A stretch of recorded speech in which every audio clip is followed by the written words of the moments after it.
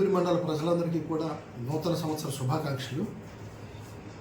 ఈ డిసెంబర్ 31వ తేదీ రాత్రి మేము ఎటువంటి శాంతి భద్రతలకి విఘాతం కలగకుండా, ఎవరు కూడా ఈ అల్లర్లు అవి చేయకుండా యూత్ అంతా కూడా ప్రశాంతంగా ఈ నూతన సంవత్సర వేడుకలను జరుపుకోవాలని పోలీస్ శాఖ తరఫున వారిని కోరటమైంది.